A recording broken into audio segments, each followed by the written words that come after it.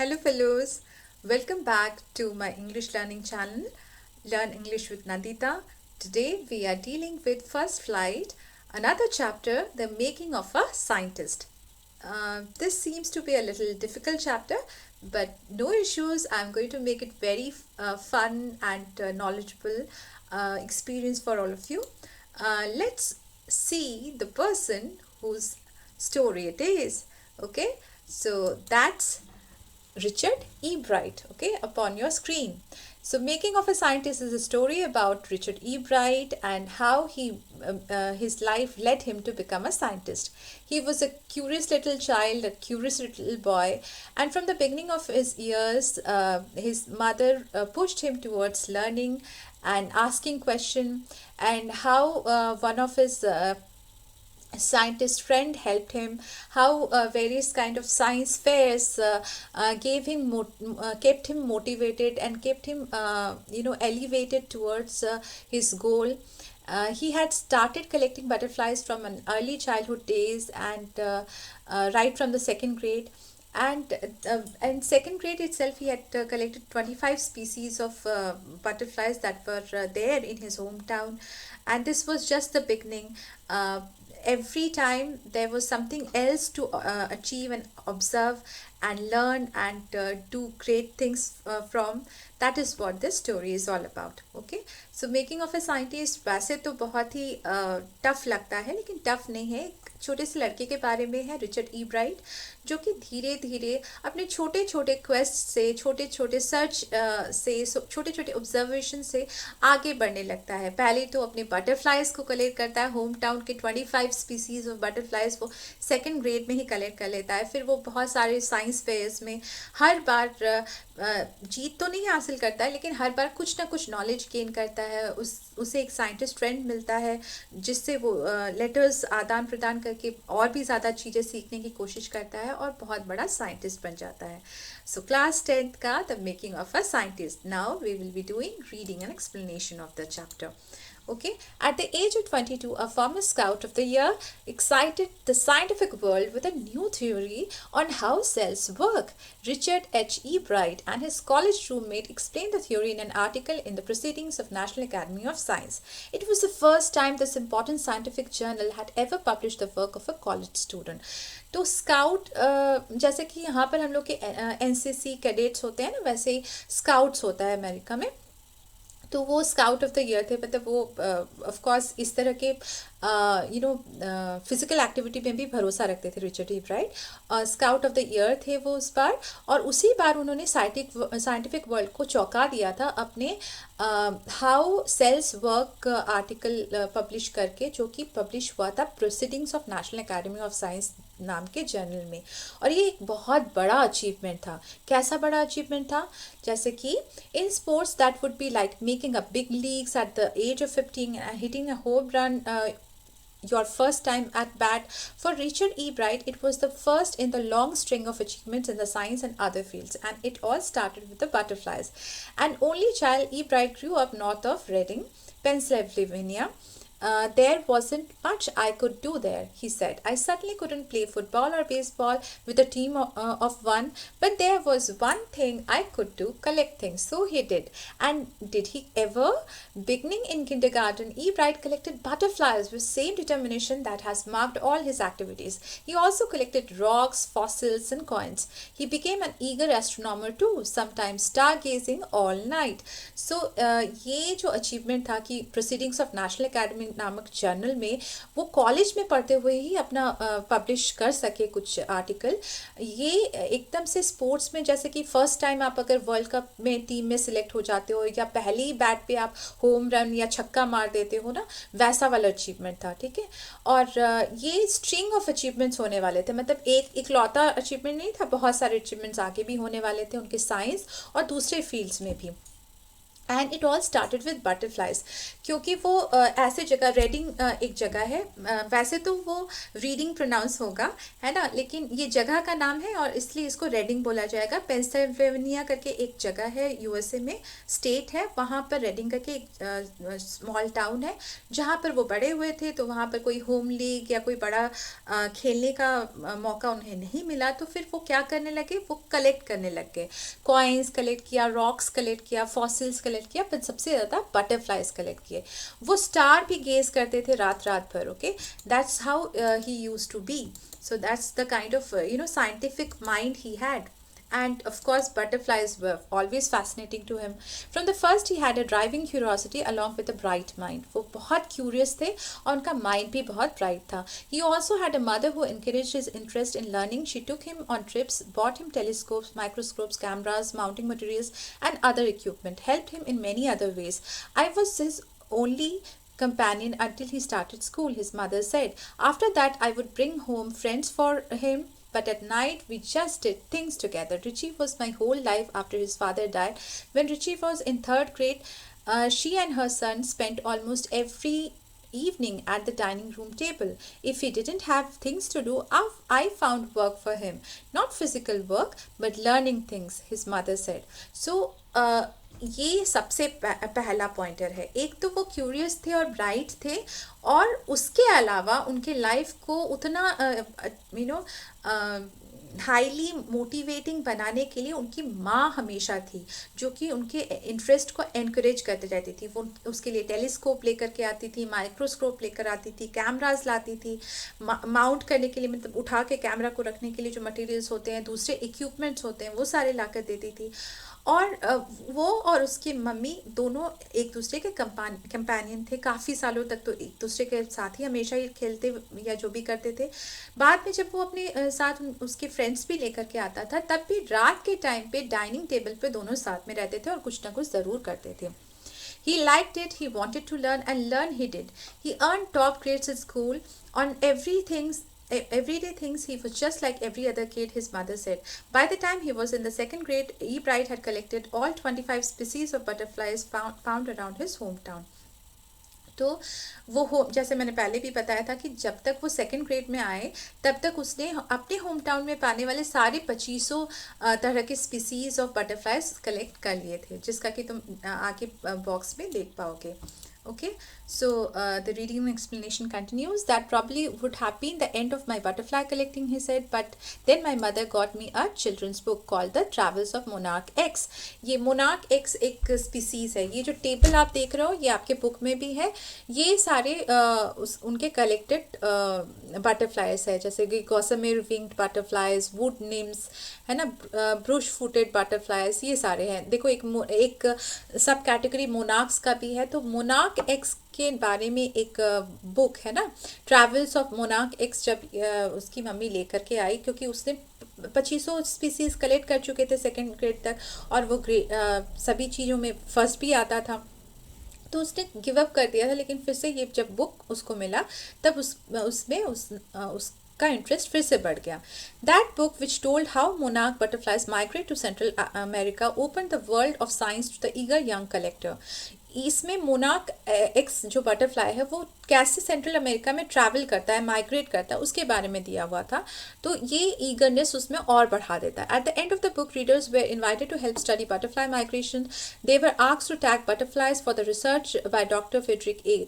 Urquhart of the University of Toronto, Canada. E. Bright's mother wrote to Dr. Urquhart, and soon E. Bright was attaching light adhesive मतलब गम wale tags to the wings of monarchs. Anyone who found a tagged butterfly was asked to send the tag to Dr. Urquhart.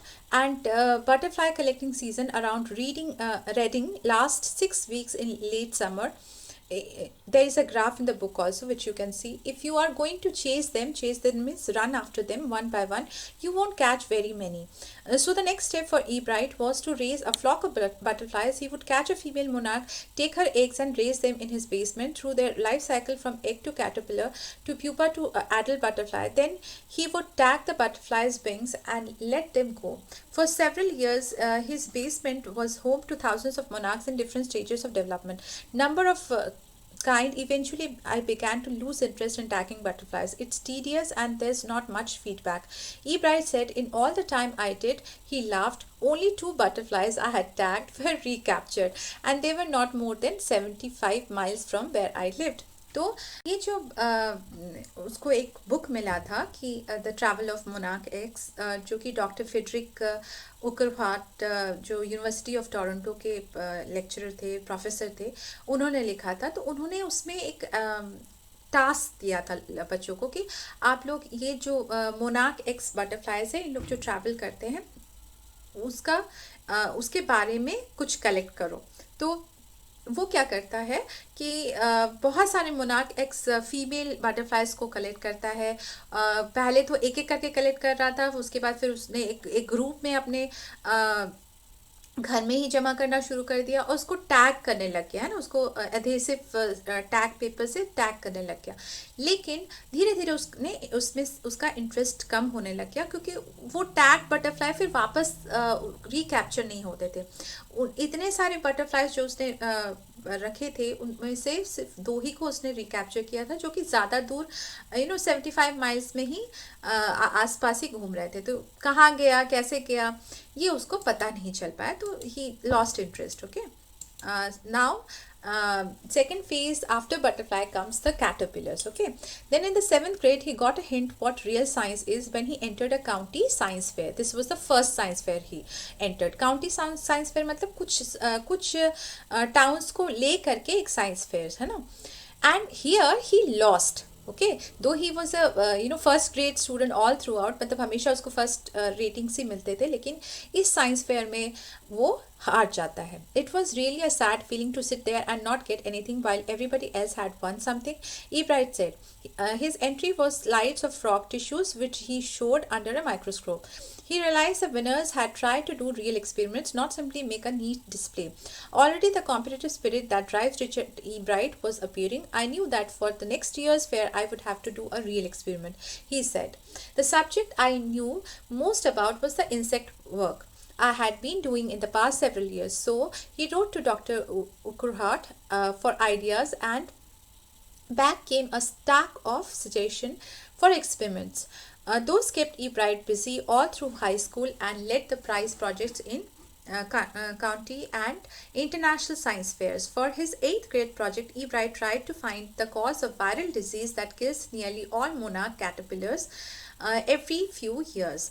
तो पहली बार जो है वो science fair में सिर्फ frog tissues को सजा करके माइक्रोस्कोप के नीचे में स्लाइड्स आफ्टर स्लाइड्स दिखाने की उसने कोशिश की थी, और दूसरों ने जो एक्चुअल एक्सपेरिमेंट्स किया था इसलिए वो हार गया. तो 8th ग्रेड में फिर से वो साइंस फेयर में जाता है, लेकिन इस बार वो वायरल डिजीज जो होता है मोनार्क कैटरपिलर से में, वो उसके बारे में एक्सपेरिमेंट करने की कोशिश करता है. और ये आइडिया जो है डॉक्टर उकरहार्ट के आइडियाज से ही कलेक्टेड था. ठीक है, तो डॉक्टर उकरहार्ट उसका हाथ नहीं छोड़ देते हैं, उसको हमेशा कुछ ना कुछ आइडियाज वापस लिख करके भेजते रहते हैं. तो वो वायरल डिजीजेस के बारे में क्या जान पाता है. Ebright thought the disease might be carried by a beetle. He tried raising caterpillars in the presence of beetles. I didn't get any real result, he said, but I went ahead and showed that I had tried the experiment. This time I won. तो उसने Beatles को और caterpillars को साथ में रखा, क्योंकि उसको लगा कि शायद बीटल्स की वजह से इसको वायरल डिजीज होता है, लेकिन ऐसा कुछ हो नहीं सका. उसका एक्सपेरिमेंट कुछ full proof experiment नहीं था, but still because he has actually experimented he won this time. Okay, so the next year his science fair project was testing the theory that viceroy butterflies, so from monarch butterflies to monarch caterpillars and now viceroy butterflies, all these are subspecies of butterflies. Okay, so viceroy butterflies copy monarch. तो monarch और viceroy butterflies जो एक दूसरे को copy करते हैं, specially viceroy copy करता है. ये theory था next year. The theory was that viceroys look like monarchs because monarchs don't taste good to birds. Viceroys, on the other hand, do taste good to birds. So the more they look like monarch, the less likely they are to become a bird's dinner. Ebright's project was to see whether in fact birds would eat monarch.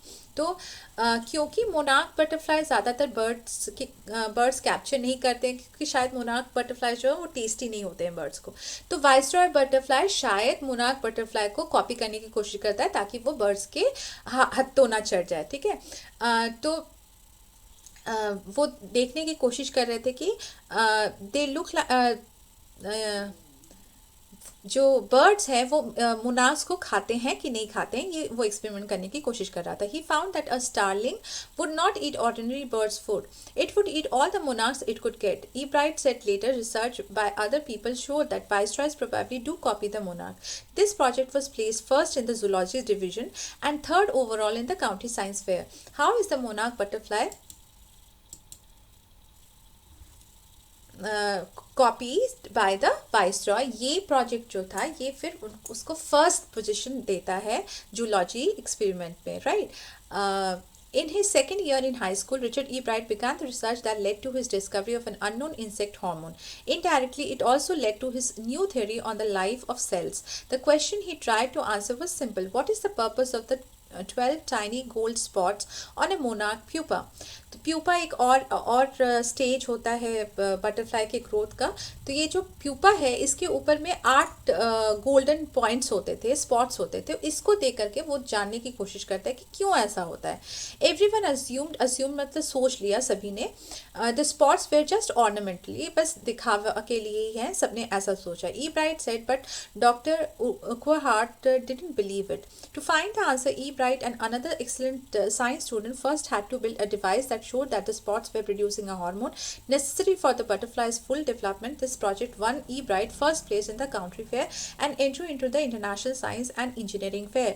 There he won third place for zoology. तो ये वाला जो है जब county fair में तो first prize उसको मिला ही, फिर इंटरनेशनल फेयर में भी उसको थर्ड प्राइज जूलॉजी के लिए मिल जाता है क्योंकि उन लोग ये दिखा पाते हैं कि वो जो स्पॉट्स होते हैं उसमें से कुछ ऐसे हार्मोन्स निकल रहे हैं जो कि ग्रोथ के लिए ज़रूरी है। He also got a chance to work during the summer at the entomology laboratory. Entomology मतलब study of insects, ठीक है, of the Walter Reed Army Institute of Research. As a high school junior, Richard E. Bright continued his advanced experiment on the monarch pupa.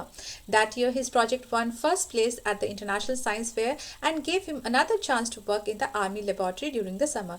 तो बार बार वो first prices जीतते रहे और finally first prize भी जीत पाए और आर्मी लेबॉर्ट्री में बार बार उनको काम करने का मौका मिलता रहा। In his senior year, he went a step further. He grew cells from a monarch wing in a culture and showed that the cell would divide and develop into a normal butterfly wing scales only if they were fed the hormone from the gold spots. तो फिर बाद में उन्होंने sales से monarch wings बनाने की कोशिश की और उसको फीड किया गोल्ड स्पॉट का हार्मोन्स को ताकि वो वैसे बन सके। That project won first place for zoology at the international fair. He spent the summer after graduation during further work at the Army Laboratory at the Laboratory of US Department of Agriculture. अब army laboratory से agriculture department में भी वो काम करने लग गए और बार बार उनको फर्स्ट प्राइज मिलता रहा जूलॉजी में, साइंस फेयर में। The following summer, after his freshman year at Harvard University, Ebright went back to the laboratory of the Department of Agriculture and did more work on the hormone from the gold spots. Using the laboratory's sophisticated instrument, he was able to identify the hormone's chemical structure. A year and a half later, during his junior year, Ebright got the idea of his new theory about cell life. तो इसके बाद वही वो gold spot से जो hormones निकल रहे हैं उसके केमिकल्स को उसने खोज निकाला सोफिस्टिकेटेड इंस्ट्रूमेंट से और इसी पर वो रिसर्च करते रहे और सेल लाइफ पे और भी ज़्यादा वो रिसर्च कर पाए। A year and a half later, during his junior year, Ebright got an idea for his new theory about cell life. Cell life के बारे में नया आइडिया उनको मिला। It came while he was looking at X-ray photos of the chemical structure of a hormone. When he saw those photos, Ebright didn't shout "Eureka" or even "I have got it," but he believed that along जैसे Archimedes ने eureka eureka करके shout किया था जब उनको पहली बार idea आया, लेकिन जब ये वो एक्सरेज देख रहा था उन सेल्स के और उसको एक आइडिया आया तो वो ऑफ कोर्स यूरेका या आई हैव गॉट इट करके चिल्लाया नहीं, but he believe that along with his findings about insect hormones The photos gave him the answer to one of the biology's puzzles, how the cell can read the blueprint of DNA. DNA is the substance in the nucleus of the cell that controls heredity. ठीक है, तो वो DNA और cell को जोड़ने का जो कड़ी है वो जान पाए अपने इस आइडिया से। और डीएनए तो हम सभी जानते हैं कि वो हेरिडिटरी होता है और हर एक सेल में डीएनए का एक प्रूफ रहता है। ठीक है, डीएनए एक एलिमेंट है सेल का जो कि आपकी हेरिडिटी को, मतलब आप किसके बच्चे हो, वो किसके बच्चे हैं, ये आपको बता दे सकता है। It determines the form and function of the cell. Thus, DNA is the blueprint for life. तो DNA blueprint है life का। Bright and his college roommate James R. Wong worked at the night, drawing pictures and constructing plastic models of molecules to show how it could happen. Together, they later wrote the paper that explained the theory.